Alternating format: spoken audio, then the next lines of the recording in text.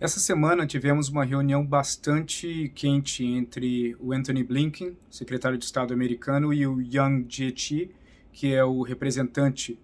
do Ministério de Relações Exteriores chinês, um diplomata já com bastante experiência, e eles se encontraram na primeira reunião de alto nível entre Estados Unidos e China desde o início do governo Biden. Esse encontro aconteceu em Anchorage, no Alasca, e o resultado foi bastante pesado, ou seja, a troca de acusações foi constante, mas acabaram deixando claro qual vai ser a posição de um país em relação ao outro. Logo no começo, o Antony Blinken ele começou a falar sobre as violações da China em relação a direitos humanos. Citou a província de Xinjiang, citou Taiwan, citou também Hong Kong, e isso deixou os chineses muito chateados. Tanto que a resposta do Yang ela acabou sendo uma resposta que fugiu do protocolo, que designava 2 minutos para cada um, e foi 15 minutos de bateção direta nos Estados Unidos, dizendo que os Estados Unidos violam também direitos humanos e que a postura dos Estados Unidos no mundo é de certa forma, uma ameaça direta à segurança nacional de vários países, deixando claro que ele estava fazendo uma referência à China. A reunião, que ela tinha como objetivo iniciar um novo processo de aproximação e de diálogo entre os dois países, acabou gerando um efeito contrário. Se o ponto mais baixo da relação entre Estados Unidos e China aconteceu durante o governo Trump, agora, durante o governo Biden,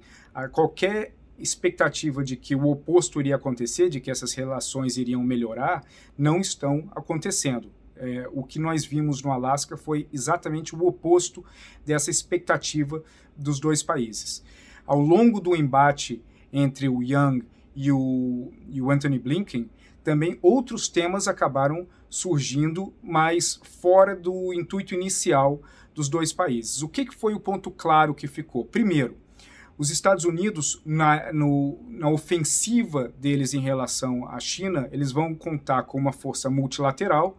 que vai incluir Estados Unidos, naturalmente, mas Reino Unido, Japão, Índia, Austrália, Coreia do Sul e Canadá, e Alemanha também representando a União Europeia, nessa ofensiva em relação à China, focando principalmente em direitos humanos. Como eu já falei algumas vezes, uma das formas de pressão que os Estados Unidos vai colocar vão ser as sanções em cima de indivíduos do Partido Comunista. Já a postura chinesa ela vai ser de marcar o território por meio da diplomacia, algo como uma diplomacia militar, onde o objetivo não é necessariamente buscar a convergência, mas estabelecer muito claramente quais são os limites dos interesses chineses no mundo. Isso envolve o Mar do Sul da China, envolve Taiwan, mas também envolve as relações comerciais da China com outros países e também a sua produção tecnológica, ignorando as ameaças dos Estados Unidos e as acusações dos Estados Unidos sobre violação de propriedade intelectual. Isso está muito claro e é importante perceber que a narrativa histórica diplomática chinesa ela sempre foi mais baixo, sem tanto impacto. Ela sempre buscou a convergência, ela foi um pouco mais discreta na sua atuação, mas desde 2008, quando tivemos a crise nos Estados Unidos e vários países do mundo que também acabaram sofrendo na crise econômica, precisavam de caixa e precisavam de um alívio fiscal, a China se colocou como uma alternativa aos bancos tradicionais, como FMI, Banco Mundial, BID, etc., e forneceu um volume tão alto de capital para esses países que acabou abrindo uma porta de influência. E a China percebeu que essa influência financeira e em outros países a influência comercial também poderia beneficiar os interesses da China estratégicos naqueles países. Aí que começou a escalar o incômodo americano em relação à posição chinesa no mundo. O Xi Jinping ele tem uma visão muito clara do papel da China no mundo. E é uma visão que é diferente dos presidentes anteriores que a China teve. É uma visão de que a China não vai se ausentar de aplicar as suas políticas externas aonde quer no mundo, independente de qualquer postura americana, e isso é do ponto central que leva a essa escalada de tensão entre os dois países. O que nós devemos observar daqui em diante? Primeiro, como essa reunião não funcionou para trazer convergência, a expectativa é de que nos próximos meses e semanas as acusações vão aumentar, A China não vai regredir o seu posicionamento em relação a Taiwan. Inclusive, nos últimos 2 meses, eles criaram um heliporto militar gigante na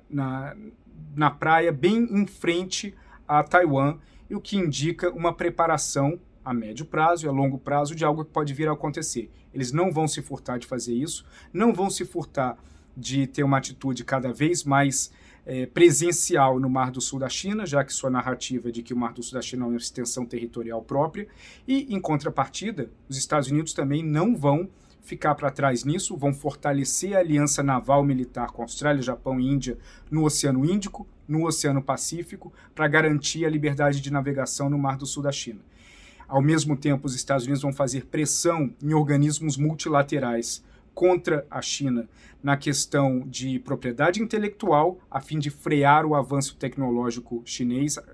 dentro da acusação americana de desrespeito às regras da propriedade intelectual e também de espionagem industrial, e um foco ainda mais forte na questão de direitos humanos, que é a narrativa principal que os Estados Unidos entendem que vai trazer mais aliados. A China vai buscar compensar isso com uma presença maior nas relações comerciais,